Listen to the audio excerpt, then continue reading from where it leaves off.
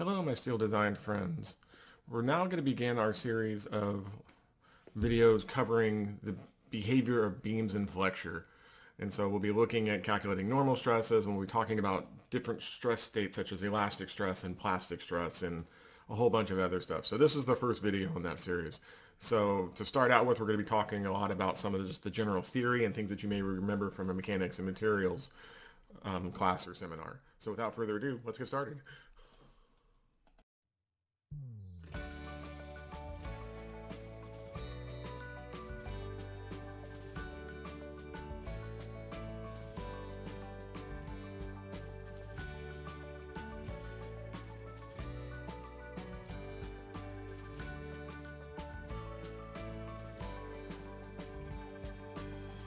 So to start off with, what we'll be looking at is a couple of terms that you'll hear over and over in steel design.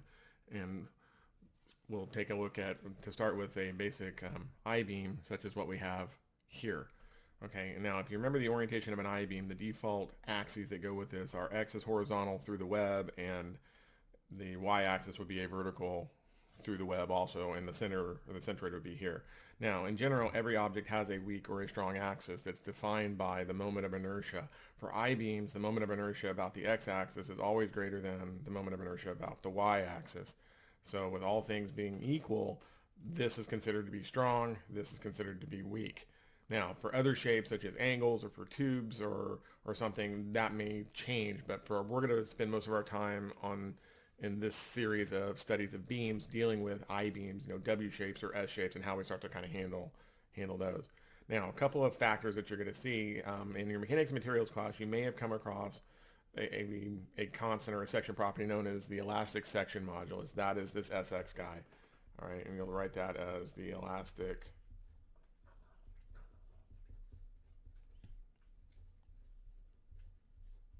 section modulus is what that one is. Okay, and basically what it is the moment of inertia about the x-axis divided by the distance from the x-axis to the extreme fiber. Now, because I-beams are doubly symmetric, the distance from the neutral axis to the top is the same as the neutral axis to the bottom. If this is not the case, if this is, say a WT section, then what will happen is that centroid will not be at the mid-height, it will be somewhere else, and so then you would have two SXs, one that gets you to the compressive stress and one that gets you to the tensile stress, and it's IX over one of the dimensions. Now, depending on how it's loaded, you don't know whether it's compression or tension, but just in general, there are two of them. Okay, with respect to the weak axis or the y-axis, an I-beam or an S shape, also has an elastic section modulus relative to that direction. And this guy, SY, is the moment of inertia about the y-axis, which in this case is the axis that goes through the web, down the length of the web. And so that would be IY divided by what would be a CX value, which is then the distance from the axis to the extreme point, so the edge of the flange. Okay, or in this case, and again, because these are doubly symmetric, this guy is in the middle, and so the distance from here to the top is the same as the distance from that axis to the bottom, and so your CY is the same for both, making your elastic section modulus the same for both. Now you're kind of looking at this going, well, what in the world does that mean? Okay, so what we want to do is we want to go back, and if you remember back in mechanics materials that we wrote a formula that was sigma equals minus my over I. Okay. And that's the kind of the basis of where all of this is coming from. If you look at the property here, this is I over C. Now for sigma max in a cross section and for a doubly symmetric shape, it was minus MC over I, depending on the axis that you were bending about. And so now look at, here's my I, and C was the distance, like it was in these pictures, from the neutral axis to the extreme point. Okay, and so what we've done is we've basically taken this and said that this guy is going to be some sort of M over an S. Okay, because that is a singular section property based on I and based on C that is unique to every shape. Now, what we want to look at doing on this is, because when we get into design, we're going to work this process backwards. I'm going to have an allowable stress or an ultimate stress that is generally some function of Fy. Okay, I will know my applied moment. I would have two variables with which to choose my shape size. I would have a C and an I, and there would be, hundreds of pairs of these combinations that would make this beam work coming out of the AISC table. So what we do is we combine them into this elastic section modulus, and now it's 1, and I can use that as my selection criteria. And so it kind of speeds up the process for selection, among other things that we'll talk about in some future videos. So the way that we want to look at this, if you remember that, for a general rectangular shape, if you will, the stress distribution always looked something kind of like this. Oops, pull that down a little bit. Okay, and again, this is sigma, and our neutral axis was where the stress was 0, where the strain was 0. That was our sigma value. And so all of these are considered as normal stresses. And so if I'm bending this in 2 directions, we could always say that, for biaxial bending, if I have a moment about the x-axis and I divide by Sx, I get a stress value, and a normal stress value. And at the same time, if I bend about the y-axis and divide by Sy, I get another normal stress value. So at one point on this, these two guys will be additive. This is actually kind of a plus minus pairing of equations for all the stresses in a cross section. Okay, and so this is kind of where we're going, or how we're kind of looking at this. But that was the way things used to be done with elastic stress analysis, and what you did back in your strength of materials or mechanics materials class. Okay, in AISC terms or lingo, we're going to start to define some ideas about nominal moment strengths, and AISC will have rules for what these formulas look like. But the general sense is I can kind of study the behaviors of this I-beam with respect to its axis of bending and kind of look at what's happening with the stress state. Now, at a stress of 0, what I've done is I've increased the load as I start to work on this. Okay, so here's the case where this is the m equals 0 case. If m is 0, then the formula tells me there would be no stress. So this is a 0 stress everywhere. And as the load increases, the moment increases. Okay, and so what will happen is there are a couple of points along the life of this that become very important to us. Okay, as I increase the load, what will happen to this line, this stress line, because we're always coming back and kind of playing with this basic shape for a while anyway, is that as I start to increase the load, this stress that's at the top starts to increase, okay, as does the bottom. And in this case, the neutral axis stays exactly at the same location that it was. Okay, and so what will happen is I increase the load a little bit, and then it increases a little bit. And so if I go up to the point where the moment applied is less than the moment that causes yielding in the cross section, then this thing should cause a stress that is linear, but where the stress at this point is something less than Fy in the cross section. Okay, so this is what we call the pre-yield condition. And if I continue to load it, this thing will continue to roll over eventually, such that now at the last possible moment, the first time that I get an Fy value at either this point or this point, that is said to be first yield. Okay, it's the yield criteria. Now for an I-beam, this point and the point at the top and the point at the bottom both hit yield at the exact same time. So this would be our limit. Now, if we limit the strength of steel to Fy, what happens if I continue to load this? Well, we saw that it started here and it started kind of rotating over and got a little steeper, but then we were set by a limit on Fy that was here and here. Okay, and if I continue to load this and go past the yield point and continue to put moment on it, that line continues to turn over.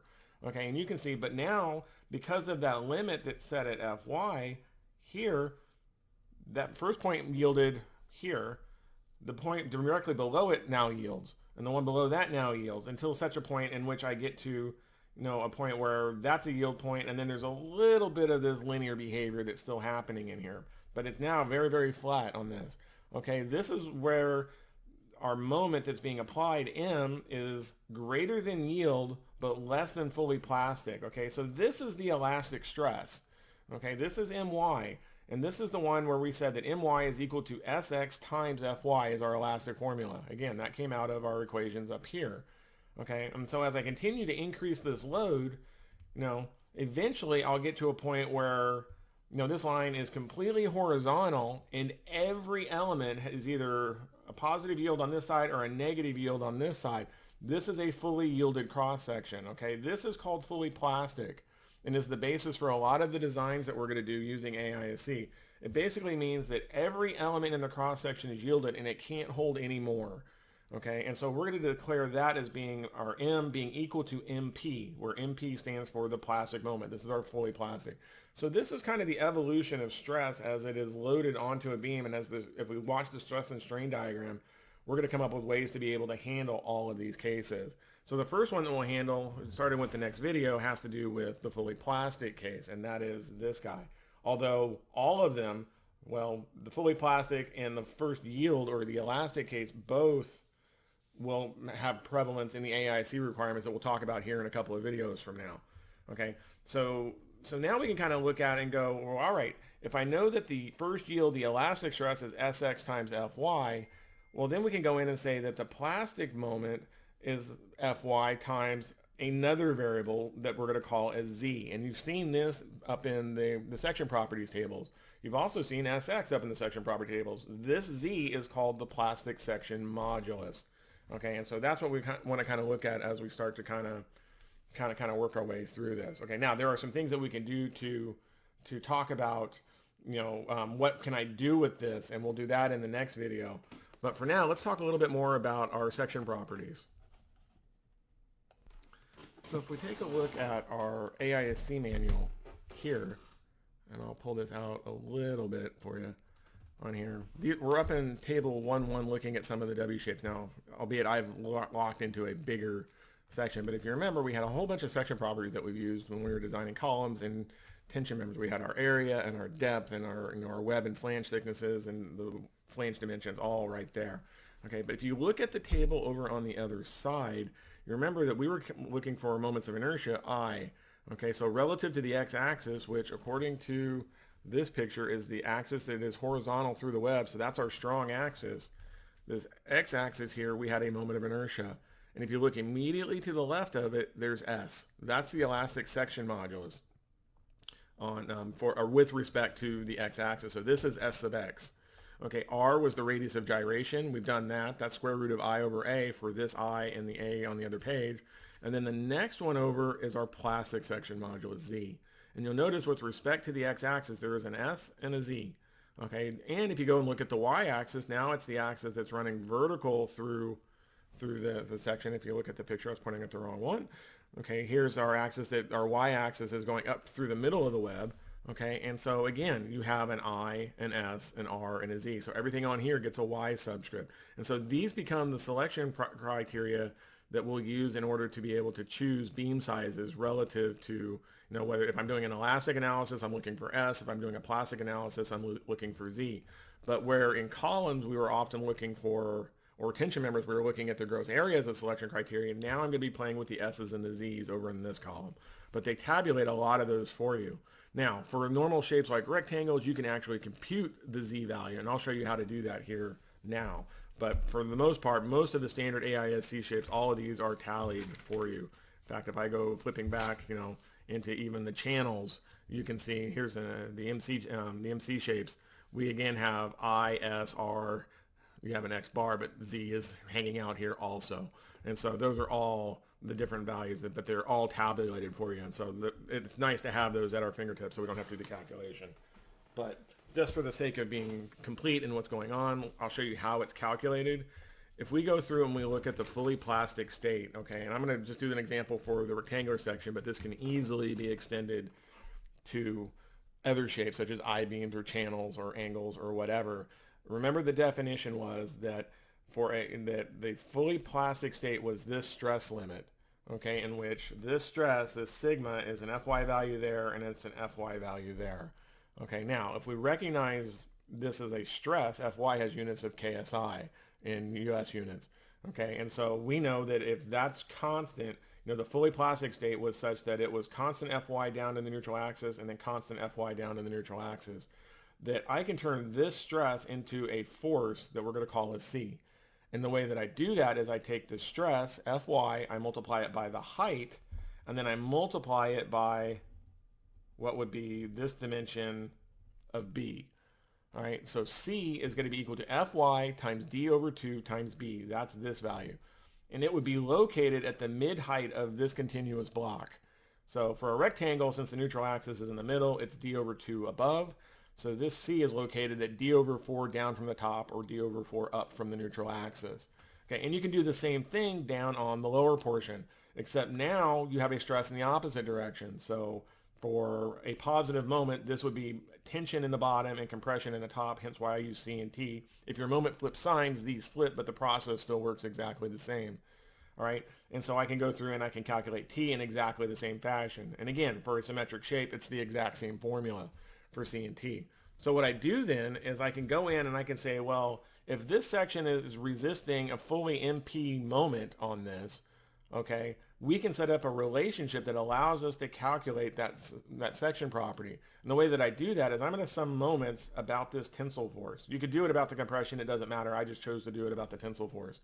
And so if I sum moments about the tensile force, or what I'm calling T, and I set all that equal to 0 because if the beam is still standing, it's in equilibrium on there, that for a moment in this direction, I would get minus MP plus C, okay, this force multiplied by the distance between C and T. So if the whole height is D, and it's D over 4 down to get to C, and D over 4 up from the bottom to get to T, what's left is D minus D over 4 minus D over 4, or D over 2. Okay, and so this formula then becomes MP is equal to C times D over 2. So all I do now then is I can plug in my C equation, this Fy D over 2 times B, which is what I did right here on that. Okay, and then so this was my C value, and then I'm multiplying that by D over 2. And if I do the algebra on this, this equation simplifies to BD squared over 4, okay, multiplied by Fy. Okay, and so now if you remember our definition for MP was my Z, in this case it's a ZX because this is my XX axis, what we call the horizontal axis. This is ZX times Fy. That's the basic formula that AISC will have us do. Well, that means that according to this formula, then that ZX is equal to BD squared over 4 for a rectangular shape. And so you can do the same kind of calculation, find the resultants, and do the same thing for an I-beam. And I'll kind of set that up for you just so you can kind of see it. But you know, again, the stresses have to be fully symmetric, but what will happen is if we draw our stress blocks, the stress still looks like constant. It's that fully plastic stress state that looks something like this. The only difference now, you know, where that's an Fy value, the only difference now is that we basically get different competing forces that are happening on all of this. In this portion, I get a compressive C1, okay, and it's located at half of the flange thickness down from the top. And then I get a compressive C2 that would be then basically the compressive force that's on that portion of the web, okay. And again, the difference being that up here was BF, down here was TW, and so you modify those formulas ever so slightly for those values. And then likewise on the lower end, you would have what would be, I guess, a T2 here, and you would have a T1 here, and you could find those centroids based on the dimensions of the beam. And then all I do is basically choose one, and then I can sum the moments like we did here for this shape. And that's exactly what they've done in the AISC table. Now recognize the AISC table, the shapes are not pure rectangles. You know, you've got rounded edges here, I've got fillets here. It's a little bit more complex, but they've calculated and done this calculation for you with those Z values, ZX and ZY. And so that's kind of the way that we start to look at it. Okay, if you go in the other direction and we start looking at bending on here, and this will be the last that we talk about this for now, okay, then we would be playing the exact same game. If I turn my picture this way, all right, well, what do we have? We have basically, I would have a C1 that's here. I would have a C2 that's that little portion of half of a web that's above what would be the neutral axis in that direction, which goes down the middle. Okay, and then I do the same thing on the lower. So we've got a T2 and we have a T1. And then you could play the exact same game in that direction. It's just that your dimensions change a little bit. This is like, you know, half of BF minus TW kind of calculation. It's a little bit more complex, but the same process and the same idea works. But that's where the plastic section modulus is coming from. So with that in our arsenal, you know, when we start to look at I-beams in the next section, I'll start showing you what you can do with this MP guy for design. So we'll start our first discussion then with plastic hinges, and you can see the title at the bottom of this page. We'll pick up in the next video. So I hope that's made sense to you. And like I say, a lot of review, but I know the plastic section modulus is probably pretty new for most of you. So as always, if you've got any thoughts or comments, please leave those down below, and we'll be happy to give a response and to help you out if you're struggling with this. Otherwise, please make sure to like the video and subscribe to the channel, and we'll see you guys next time. Happy engineering.